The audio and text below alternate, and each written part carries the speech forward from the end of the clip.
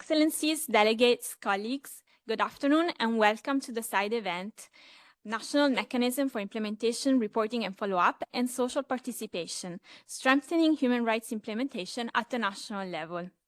This event is sponsored by the Permanent Mission of Paraguay and Portugal, and it has been co-organized by the Friedrich Ebert Stiftung, the Institute for Development and Human Rights, and UPR Info. Today's discussion will focus on one of the most strategic tools available to states to advance human rights domestically. It's the National Mechanism for Implementation, Reporting and Follow-up. That for time concerns from now on, I will use the acronym NMIRF.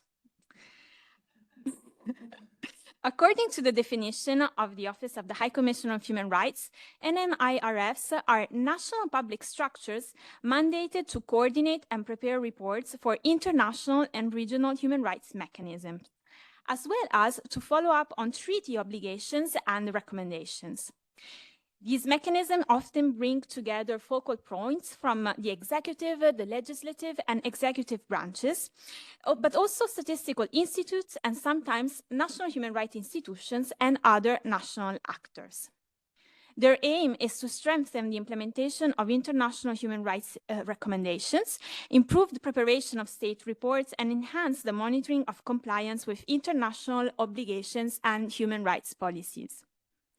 Among their different capacities, the National Mechanism for Reporting and Follow-up are encouraged to work in close dialogue with civil society. This is one of the key aspects that we want to focus on today, social participation, how civil society helps shape national human rights implementation, hold governments accountable, and contribute to the fulfillment of human rights commitments. The Universal Periodic Review will be one of the examples where such collaboration has had a tangible impact. But these lessons are actually relevant across other international, regional, and national mechanisms. Now, before starting and hearing our distinguished panelists, I am very pleased to give the floor to His Excellencies Mr. Mario Raúl Sano Ricciardi, the Ambassador of the Permanent Mission of Paraguay, for its opening remarks. Everyone. Madam Moderator, distinguished colleagues, ladies and gentlemen, it is a truly honor to take the floor on behalf of the government of Paraguay at this side event, which brings to the table a timely and strategic issue. Translating international standards into tangible results for people is a challenge that we are constantly reflecting upon.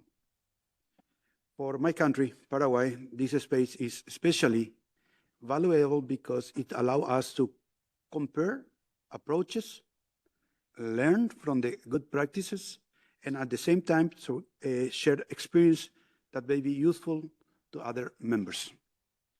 Our conviction is clear. The international architecture, treaty, bodies, special procedure, and the Universal Periodic Review can only unfold this full potential when there is a solid institutional bridge at the national level. We are convinced that this bridge lies in the acronym NMIRF, properly designed with a clear legal mandate, political leadership, and integration into national planning. This mechanism has the potential to function as true engine of national implementation. Allow me to touch on civil society participation. Implementation frameworks are not merely a technical tool, they also serve as a platform for dialogue among different sectors. We believe that the involvement of the civil society organization beyond monitoring can create opportunity for practical and constructive cooperation to address common challenges. Transparency and access to the information are essential allies of such participation, and it is crucial to make use of available digital tools to facilitate access without leaving anyone behind. In this regard, Paraguay's experience with the CIMORE Plus, our national mechanism, has been key. CIMORE Plus centralized, classified, and monitors recommendations from treaty bodies, special procedure, and universal periodic review. The digital platform is public, promote transparency, and include features that facilitate social participation. It has strengthened interinstitutional coordination and allow us to transform international commitment into concrete results. Finally, I wish to underline that Paraguay actively engaged in various initiatives and exchanges, as we are always open to sharing what we have learned through CIMORE Plus, and at the same time, listening to how other states are addressing shared challenges. Among them, continuing to strengthen the capacity of ministries, ensuring the involvement of local government, and consolidating spaces for participation and citizen feedback. We highly value this space and look forward to a fruitful exchange of views that will enable us collectively to enhance the implementation and follow-up of our commitment in the promotion and protection of the human rights. Thank you very much. Thank you very much, Ambassador, for sharing the experience of Paraguay and also for setting the scene for our discussion today. Because today, what we want to see and we hope to have an exchange also with you and the public is really to explore how states and civil society can work together to improve monitoring and follow up on the human rights commitments, making these mechanisms as effective as possible. We will therefore discuss how NMIRFs and the UPR and other human rights mechanisms can foster civic engagement, strengthen human rights implementation, and look at the good practices on civil society participation. So today we have the pleasure to have with us an excellent panel that is representing different experiences and different perspectives. Let me start from Marie-Yves Boyer-Frédéric, the Human Rights Officer from the Treaty Body Capacity Building Program of the OSCHR, and also His Excellency Mr. João Antonio Mira Gomes, the Ambassador of the Permanent Mission of Portugal, also representing the group of friends on NMIRFs. Ms. Fernanda Lapa, Executive Director of the International Development and Human Rights, and also representing the UPR South America Coalition, and Ms. Faribel Maglin Fernandez, Manager from the Pusat Commerce in Malaysia.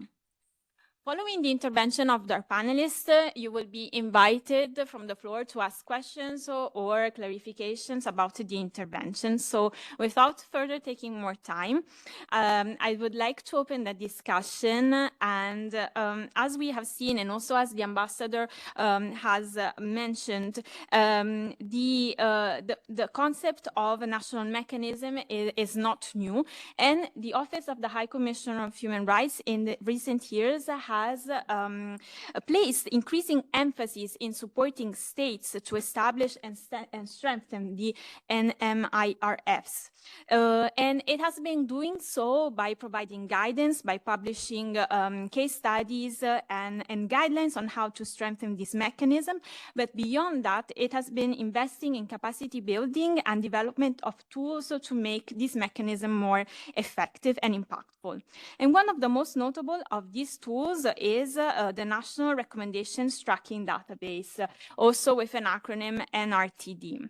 So to explore more in depth all these aspects and the support that the Office of the High Commissioner is providing to states, I'm very pleased to welcome Marie-Yves Boyer-Frédéric. And I'd like to ask you, Marie-Yves, if the NRTD is becoming an important tool for states and to track implementation of recommendations. Can you share with us how it has been evolving over the years and how it could further strengthen the capacity of this mechanism to actually deliver local impact, including by including civil society and local actors in this exercise? much. We indeed like acronyms at OHHR. I don't think we are the only ones, but still. Thank you very much for giving us OHHR the opportunity to speak in this event. Indeed, as you know, the agenda on national mechanisms for implementation, reporting, and follow-up has an important momentum. This session, there will be a resolution adopted, to pursue the work on national mechanisms and to continue, prompting states and other stakeholders to share their experiences. So it's very much related to peer-to-peer learning and how states evolve also in their practices on reporting, but also on implementation. And in that regard, it's true that quite early in the work that we've done in supporting states, we've realized that what states needed was to improve their information management systems, because indeed you receive a lot of recommendations from the different UN human rights mechanisms, but also regional mechanisms. If you're in Europe, you have a number of questionnaires coming from the Council of Europe and in the Inter-American system as well, with the Inter-American Court and Inter-American Commission. And therefore, there's a wealth of information that you need to follow up upon and report thereon. And information management tools somehow are now almost a given. It doesn't mean that they need to be digital. The importance is that states really try to systematize their information management systems, but depending on, of course, their resources, what they have access to. It's not realistic to have something that is very, very I would say advanced in terms of technologies with AI components, if in the end of the day you don't have a computer per a civil servant in a ministry. So that's what we are trying to do also at the national level, is really to, I would say, adapt our support to each context. And that's also why we usually say that national mechanisms are very context specific, and whatever we recommend is really, tries to be as context specific as possible. So before really explaining a little bit further on the NRTD, maybe to mention that in order to really help states and other stakeholders really grasp, and see the practices that are out there, exchange, the resolution adopted in 2022 asked OHHR to create a platform, like a hub, an online hub, to feature all of that, meaning guidance, practices of states, because people need to know, civil servants and others need to know, okay, what is the system that exists in each country? What are the practices that are out there that we can tap into maybe? How can we also learn from each other in using digital tracking tools? So this is what we call the National Mechanisms Hub. It will be launched on the 2nd of October, and there will be a side event on the 2nd of October at 12 in Concordia 1. So downstairs, and that will be the occasion to launch, to show the tool. I would like to thank, I see a number of those states present today, thank states for having sent information on their national mechanisms, because that's what you will see. You will see information per country, and it will explain what the system, what system exists, and it will also feature what digital tracking tool the state is using, if any. And this will also prompt maybe peer-to-peer learning, meaning that a state that is using the NRTD maybe wants to also communicate with another state that is also using the NRTD to exchange on the good practices, but also on the challenges, on how to enhance some functionalities, and all of this is part of the hub that we will show on the 2nd of October. So coming now to the NRTD, like CIMORE Plus, it's very, very similar in terms of tracking tool. It's a tool that is made available to states. So if you've not acquired that tool, you don't have access to that tool, but it's basically a mirror of the Universal Human Rights Index, which is an online platform. You just, Google Universal Human Rights Index, you get into this platform, where you can search all the recommendations that a state has received per theme, per group, per SDG target. So it has a mirror, and this is the NRTD that we make available to specific states that request it. And therefore, if country X is asking for the NRTD, it will get into that database and tracking tool only the recommendations that are related to that state. And that state will then be able to track. It will be able to input activities that the state has taken, actions that the state has taken to implement recommendations. And it is indeed as was stated by the ambassador of Paraguay, it is a collaborative tool. So the idea is that other actors can also collaborate through this platform. For the moment, unlike Cimori Plus, the NRTD is only made available to states. We've also had some testing, I would say, exercises with some national human rights institutions. But it's very, I would say, limited for the moment. And we do not make this tool available to civil society organizations for the moment, simply because, as you have noticed, we are facing a liquidity crisis. And therefore, we need to basically prioritize. And for our program, our priority are states and ensure that states can track and implement recommendations they receive. Now, the new functionality, and I'll stop there, the new developments are the AI components. So what we're doing, it's for the moment a testing phase, and we are testing it with some countries that we are closely working with, that includes Portugal. And the AI functionality enables actually the system to gather all the information that you've already put into the system. For example, if you have some recommendations, you've already inserted information on how the state has implemented this recommendation.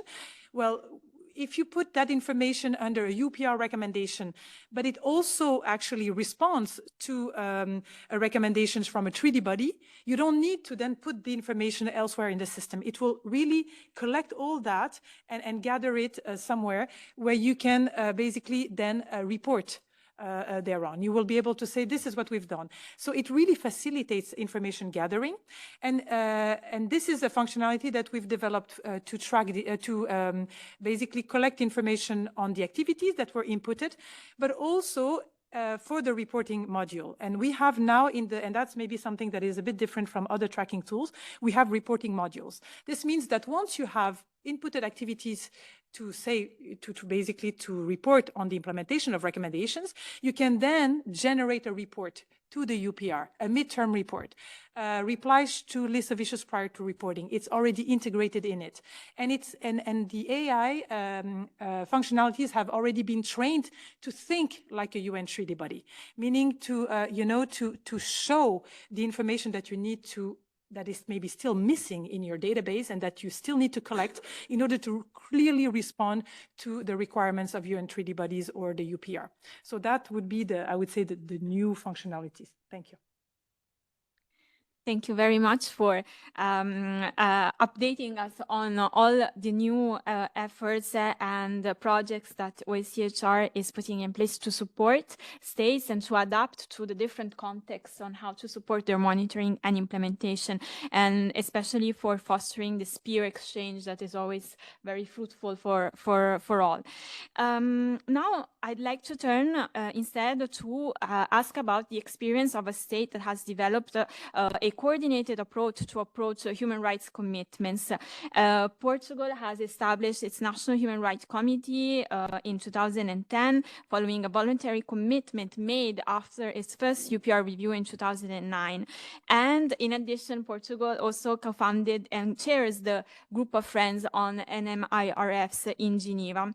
I'm therefore very pleased to welcome His Excellency Mr. João António Mira Gomes, the Ambassador of the Permanent Mission of Portugal. And I would like you to ask if you could share Portugal's experience in establishing and developing the NMIRFs and how it has evolved over the years. And an additional question, if according to you, in your view, what are the key factors, including civil society engagement, that have contributed to strengthening this mechanism at the national level? Good afternoon to everybody. Thank you, Nicoletta, for sharing and also for your question. I would like to also greet all the members of this panel. Great pleasure to see some of you again, others to meet for the first time. In particular, my colleague, querido embajador, mucho gusto. And I'd like also to thank UPR Info for organizing this side event, which we can sponsor, but we also represent a group of friends of the NMIRFs, and I have to say that in the future, when I'll say national mechanisms. Actually, I'm meaning NMIRFs because it's much easier. Like it has been said already, the UPR is a unique peer-to-peer review mechanism. It involves the whole of the public administration and, ideally, also the whole of the society of states under review. And also because each country under review is free to accept the recommendations that are addressed to it. When doing so, those recommendations become part of its commitments and cannot in any way be construed as an imposition from abroad. National mechanisms are key actors in this regard. These entities provide the necessary means to articulate with line ministries throughout all stages of the UPR, the preparation of the national reports, the dialogue with the third states in Geneva, and the implementation back home of the recommendations received. And I'd like now to address our own experience. Last March, Portugal completed its review under the fourth UPR cycle, and our national mechanism was the main coordinator of this exercise. However, like it has been said, the story of our mechanism dates from a while back. We created a Portuguese National Commission for Human Rights back in 2010, following a voluntary commitment of Portugal in our very first UPR review. And the main reason which led to its creation was the need to better coordinate internally, to allow for smoother reporting, and keeping track of the implementation of our international human rights obligations, the follow-up, the three elements of the UPR review. And indeed, our approach, I have to say, paid off. The considerable delays in submitting some reports were resolved in a relatively short period of time, thanks to better articulation, an easier and more informal flow of information between all relevant ministries. With time, the Commission proved to have many more advantages. It helped to build ownership in each of the line ministries on human rights issues. It enabled a structured and regular dialogue with civil society. And it allowed observers' participation, such as the Parliament, the Public Prosecutor's Office, and the Ombudsperson. Actually, I have to say that we managed to insert human rights in the agenda of every and each line ministry, which was the main step and the most important step that we gave in this respect. On the, like you asked specifically on civic engagement as observers, the civil society organizations are often consulted to participate in the formulation of national positions on different topics. They can also submit comments to national reports submitted to the UPR and treaty bodies. And finally, our national mechanism holds at least one annual plenary meeting open to civil society. The success of our national experience led us to the creation of this, or of the already mentioned group of friends on this matter in Geneva, which has been active in promoting these entities and in brainstorming initiatives to support countries wanting to establish similar structures, or in cases where they already exist, to strengthen them. Last year, the International Network of National Mechanisms was established, following an initiative taken by Portugal, Morocco, and Paraguay. And its purpose is to join diverse mechanisms to share best practices and learn from each other. I'm concluding now. I think the national mechanisms agenda is one of the most consequential ones.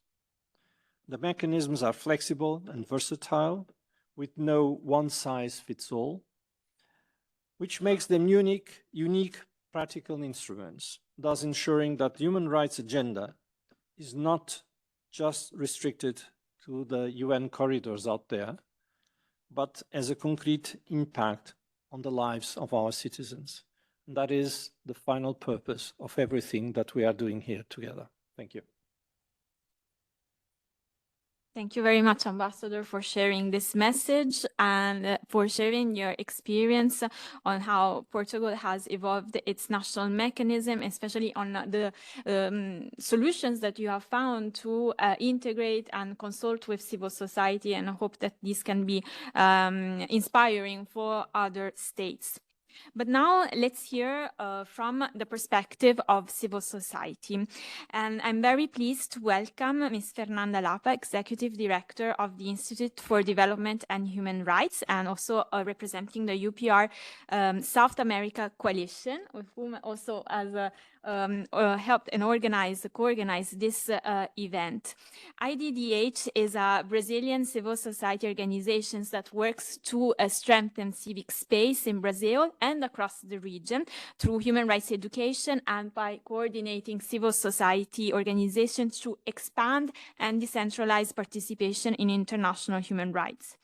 And it's been quite a few years that the IDDH has promoted the national mechanism agenda in Brazil, but also in South America through the coalition, and has observed how the region has progressed in creating, developing, and strengthening national mechanisms. So, Fernanda, from your regional experience, from your analysis, you have observed methodologies, tools, and strategies that have been put in place in the Latin American Caribbean regions.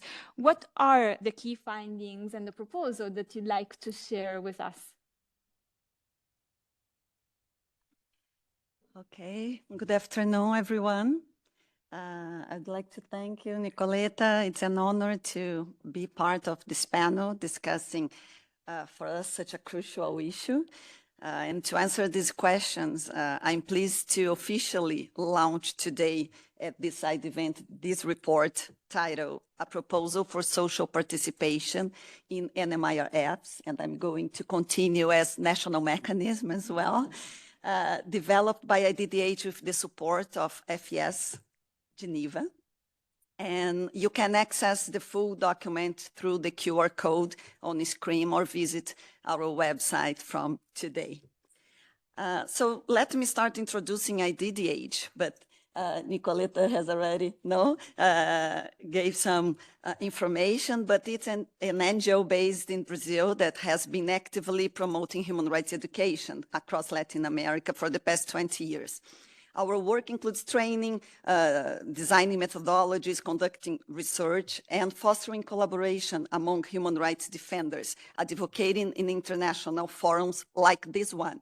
There's a group of human rights defenders right now from Brazil in training.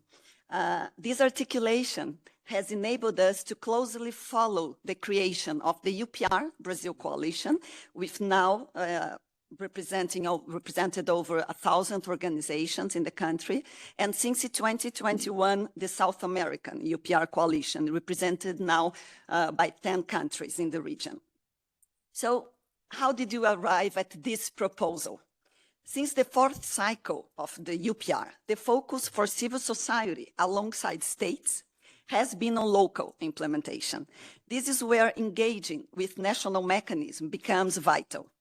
Our main goal is to ensure that international obligations translate into concrete policies and actions on the ground. So this report emerged from consultations with civil society organizations across Latin America, then published in a study that was further presented at a public hearing and a panel for states with the Inter-American Commission on Human Rights.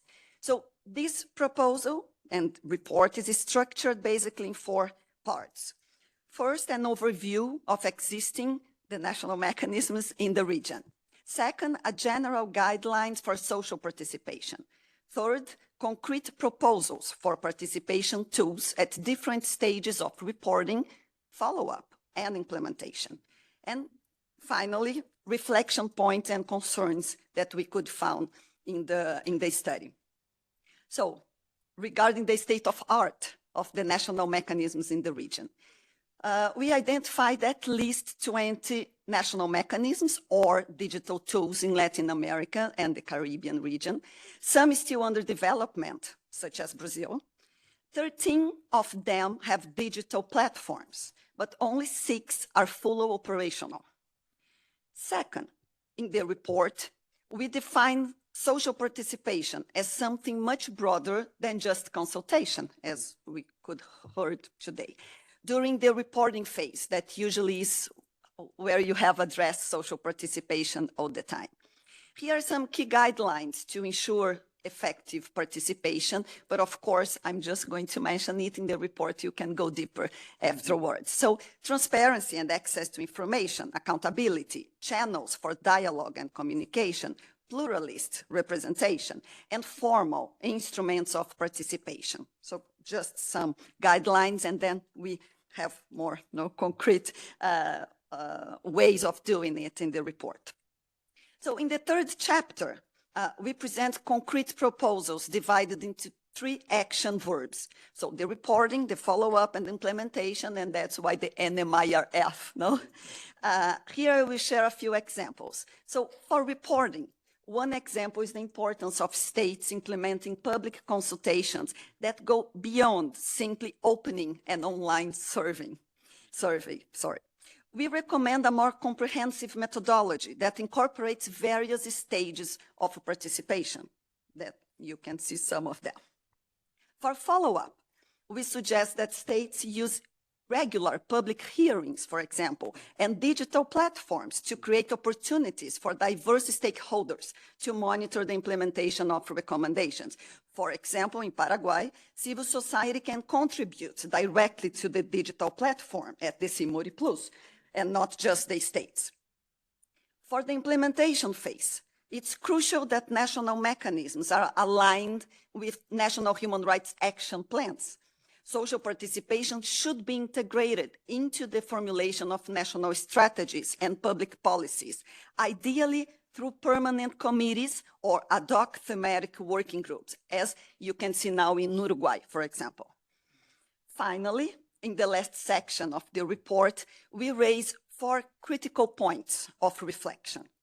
First, risk of duplication and fragmentation. In some countries, overlapping national structures with similar functions create confusion. NMIRFs must serve as the main articulation and coordination focal point to avoid this, and that was the first intention of this mechanism. Second, ensuring legal certainty.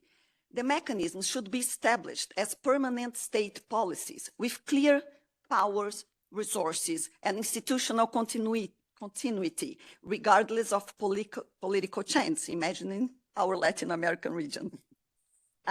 Third, dissemination and training. Both state institutions and civil society must be better informed about this national mechanism, what they are, how they work, and how they can engage with them. And finally, strengthening social participation. For this document and the consultations we had, social participation in this mechanism remains limited. And to improve that, this report is a tool that we hope can be used both for state bodies and civil society worldwide to enhance concrete, effective social participation in national human rights mechanisms. Thank you.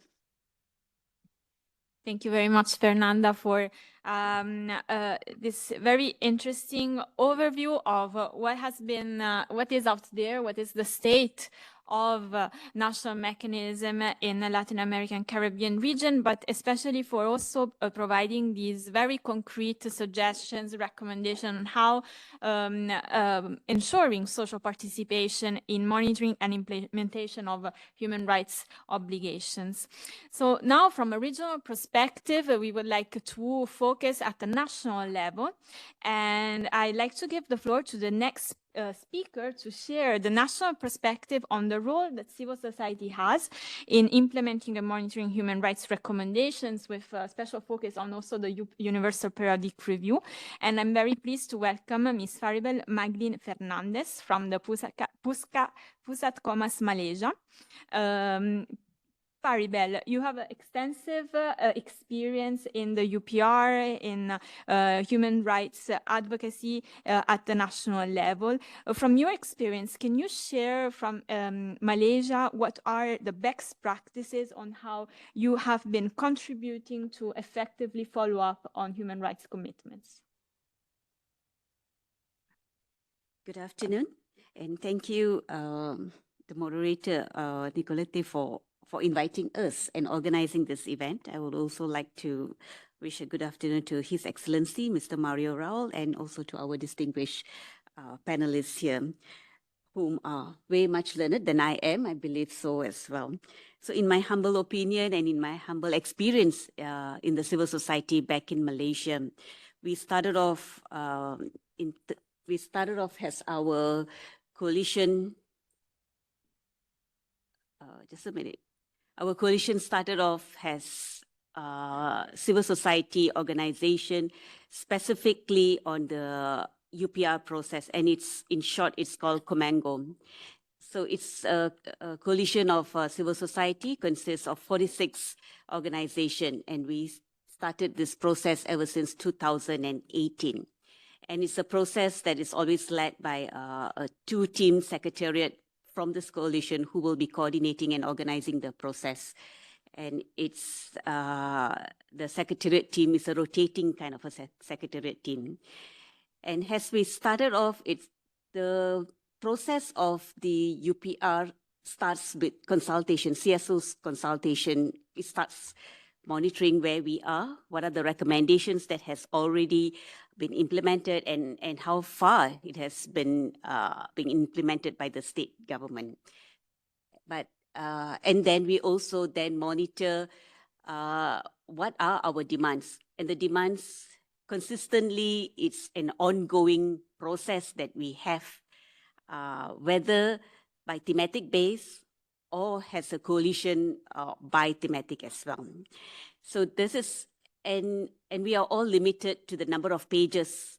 And with this limitation, it is where the secretariat pulls on all these reports given by the different stakeholders, and we limit the number of words per thematic issue. So it's constrained, and it's also a mechanism that we use to send one big report to UPR for the review from civil society. This, we believe that it's a better coordinated process instead of having 20, 30, 40 organizations send different reports. So this is a process that we follow. However, it's not, we do not limit organizations to submit their own reports as well. So that is still ongoing, and it's fewer. So that is how we consolidate ourselves. And then after that, we also have, in preparation with our reporting, it is also we engaging with different stakeholders. Different stakeholders consist of the UN, also the NHRI, as well as diplomats of the country and government of Malaysia as well. And it is also enriching and empowering for the civil society, because we were together with the government after the third UPR cycle, developing the matrix, the monitoring matrix for Malaysia. And this is with the support of OHCHR as well. This matrix that we developed then was looking at, of course, the international standards, the international treaties, and also the SDGs as well. So, so that is how we monitor, and that's how we hope that government and ministries also will be monitoring as well. In addition to it, it's also in the from government's perspective, they have agreed and they have been doing a biannual meeting with the civil society. So here is where ministries, agencies will be reporting on their progress as well. From the time that it started until last year, the last meeting that we had with government, the increased number of agencies participating in this update is overwhelming, and we're happy with that participation. However, there's always room for improvement. And as we go and as they report and we ask them questions, so it's a more open conversation that we have. It may not be excellent, but it's a good open conversations that we have as well. And I would probably go to the slide where this slide is, I think, a very good progress that I would say in terms of the increased number of recommendations given by peers to Malaysia from the time that we started the first UPR to the fourth UPR. And this is, we see an increase of 65% of accepted in fully. However, although this shows the commitment of human rights commitment by state, but it's also an accountability that we as civil society, we demand for. And of course, there's also increased number of take note as well that we see. And this is where we hope government of Malaysia will continue to listen to us, to engage with us. We may not necessarily limit ourselves to the biannual meeting. The meeting continues by ministries as well. And as we continue to engage, this is where we will bring up the recommendations or the take note demands as a consistent effort of talking to our government of the day. Probably I will stop there and then I will continue later. Yeah, thanks. Thank you very much, Faribel, for sharing this experience and showing how much more civil society can do rather than only consultations in the reporting phase, but really the added value that can bring the continuous engagement during the follow-up phase.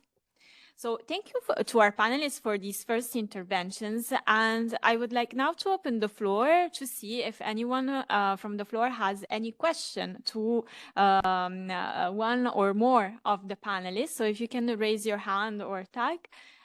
Okay, I will start with Mexico. I see that you have a question. And then Brazil, I see. Thank you very much. I would like to thank the organizer, particularly Paraguay and UPR Info, for organizing this important event. Also, thank you for the very interesting presentations. I was particularly interested in the description that the ambassador of Portugal made of its own national mechanism. And also, thank you for the presentation about the situation in Latin America. As you have said, Mexico has its own national implementation mechanism and an online system to follow up the recommendations, but it's not a separate mechanism as you have in Portugal, a commission, but it's the Ministry of Foreign Affairs, basically, that within the ministry coordinates with all the other branches of government and all the other ministries and civil society as well to prepare the responses to the requests and the reports. It's a heavy burden for the Ministry of Foreign Affairs, of course, and it's a lot of work. And we have this expression that we use, which is the reporting fatigue, right? Where you have so many reports that you have to respond to in different areas, especially it's not only human rights, but it's disarmament, arms controls, and many other multilateral obligations. And we have the universal system, but as well the regional, the inter-American system, where we have a lot of requests in that regard. So indeed there is a fatigue, and we also note that states like Mexico that are open and that cooperate with the mechanisms are the ones that receive more requests, because of course we reply. But it would be good to have a more balanced approach in the request going to other states as well. I think that would be fair to consider. And also in the current liquidity crisis, we also believe that it's important to avoid duplication of requests, because something that we see oftentimes is that between different mechanisms, between special procedures, between treaty bodies, we have very similar requests that we have already replied in another report. And we believe there is not enough communication between the different mechanisms to use that information. So I was very interested in the presentation that Marie-Ève Boyer-Freysch was making about this platform. And it would be useful to have use this kind of platform so that the different mechanisms, the special procedures, treaty bodies speak between each other and can see the responses that the states have already made, to avoid requesting the same information, maybe in a different format, but it's basically the same information to states. Also, I know that there is a lot of work, at least when I spoke with the Secretariat of the UPR, a lot of work that is dedicated in formatting the documents. Once they receive the information, there's a lot of back and forth because the report is too long and it's not in the right format, etc. And there are very simple solutions for that, we believe, which is to create online templates. And those are used in the disarmament, mechanisms, by the way, where you go into a website and you put the information in the website directly. You don't send a Word document or a PDF. You put it directly in the template. And if it's too long, you cannot push send. So you have to cut it until it's exactly the right size. And once you press send, it automatically formats it in the Secretariat, UN Secretariat form. So you do not need to hire a person that will be formatting the document, which takes a lot of time and resources in the current situation. I think that would save time and money for everyone. And also, and this is a delicate topic, but one of the main expenses that special procedures and treaty bodies have is translation. Special procedures, like 80% of the budget is the translation of the report. And maybe there are ways to save money in that regard, maybe using AI. I know the Secretariat already uses AI for translating some documents, but after there is a revision. But maybe we could save also some resources in that regard. Thank you. Thank you, Mexico, for the question. I would just ask if the next question can be very concise as well as the reply, because in the interest of time, we need to be leaving the room very, very soon. So really, if you have a small short comment or a short question, and also for the replies. Thank you. A little bit of a longer comment, but I would just like to first of all thank the panel for the interesting presentations. Thank you for the organizers for coming up with this event. Thank you, Paraguay, for being so supportive in the region, especially to Brazil. It's been very important to count with your partnership, and it's been very interesting to listen from Portugal also on your experience also. And thank you, Fernanda, for your report. We'll be very interested in reading it in full. And my question will be on the area of social participation.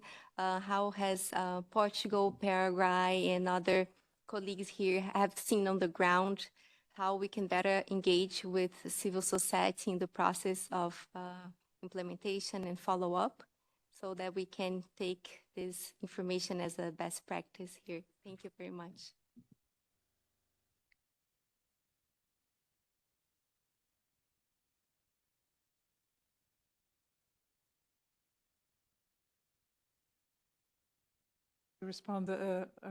Try to respond to some of the Mexico's comments, because I think Brazil was more about indeed a state experience.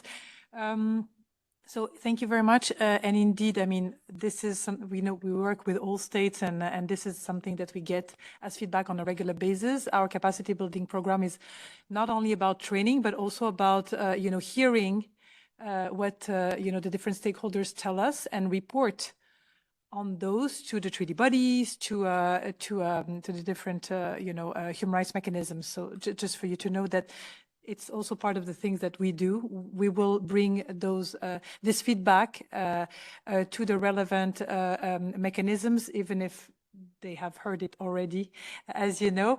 And maybe to say that indeed what's interesting about the NRTD is that it can also show that, because if you cluster recommendations per theme, per group, you see also,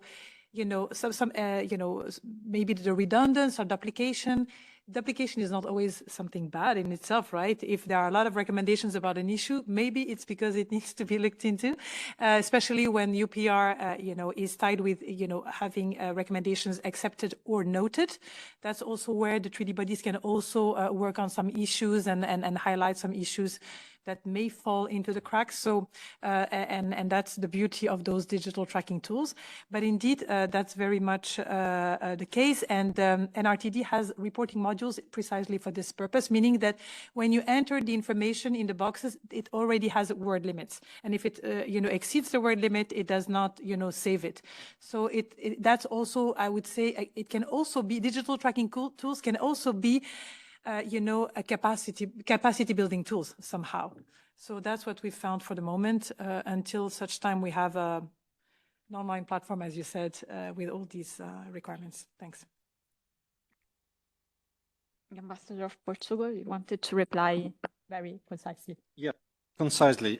If we want to strengthen civic engagement, I would leave 3 recommendations, very simple ones. The first one, I think we need to establish well-defined practices to engage with the civil society. Well-defined practices. Secondly, we need to go beyond simply consulting. So we have to create the space to meet, listen, and receive inputs and contributions. And in our case, we do that through our national mechanism and the Commission. And thirdly, if we have this kind of well-consolidated working methods, I think we will gradually develop a network of stakeholders, of human rights stakeholders, with the final aim, which is really our final aim, to have a closer involvement of the citizens in this process. So these would be my 3 recommendations to strengthen the involvement of the civil society. Thank you. Thank you very much, Ambassador. And with these 3 recommendations, I think that we can say that we can wrap up this event. But first of saying goodbye to everyone, I really would like to thank warmly, of course, all of you that came here today to attend the event, especially our speakers for their insightful interventions and sharing these experiences. We sincerely hope that today's discussion has provided you with insight and inspiration on how to promote an inclusion of social participation in national mechanism. And finally, thank you very much to the co-organizers, the Permanent Mission of Paraguay and Portugal, the Friedrich Ebert Stiftung, and the International Development and Human Rights from Brazil, and the colleagues of UPR Info for making this happen. Have a nice day to everyone. Just in time.